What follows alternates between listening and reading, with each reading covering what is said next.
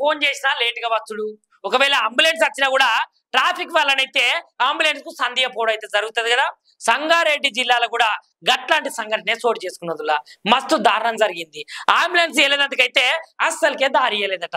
గర్భిణీ భుజాల పైన మోసుకొని పోకుండా వాళ్ళ కుటుంబ సభ్యులు తీసుకొని పోతాంటే మార్గ మధ్యంలో ఆ స్త్రీ అయితే ఆడబిడ్డకైతే జన్మనిచ్చిందిలా. ఈ ముచ్చట సంగారెడ్డి జిల్లా నగిల్గిద్ద మండలము మూన్యానాయక్ తండాకు చెందినటువంటి ఒక స్త్రీ అయితే పాపం పురిటి నొప్పులతోటి బాధపడుతుంటే అంబులెన్స్ లో తీసుకొని పోతాంటే వాళ్లకు అంబులెన్స్ కు దారియకపోయేసరికి మార్గ మధ్యంలో ఆమె డెలివరీ అయ్యి ఒక ఆడబిడ్డకైతే జన్మనిచ్చిందట. 2 కిలోమీటర్ల వరకు అయితే భుజాల మీద తీసుకెళ్ళినట వాళ్ళ కుటుంబ సభ్యులు. ఇక మార్గ మధ్యంలో ఏం దిక్కుతోచక ఆ ఆడబిడ్డకు పురిటి నొప్పులు ఎక్కువయ్యేసరికి ఆమెనైతే ఎంబటే అక్కడ ప్రసవించిందట.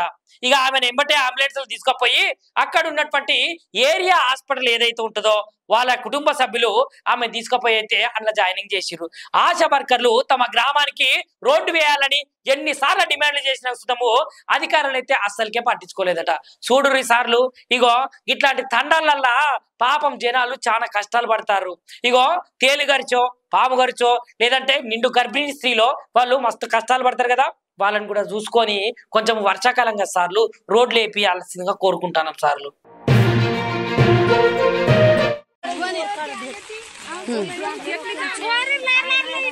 छोरी अंदूर लारला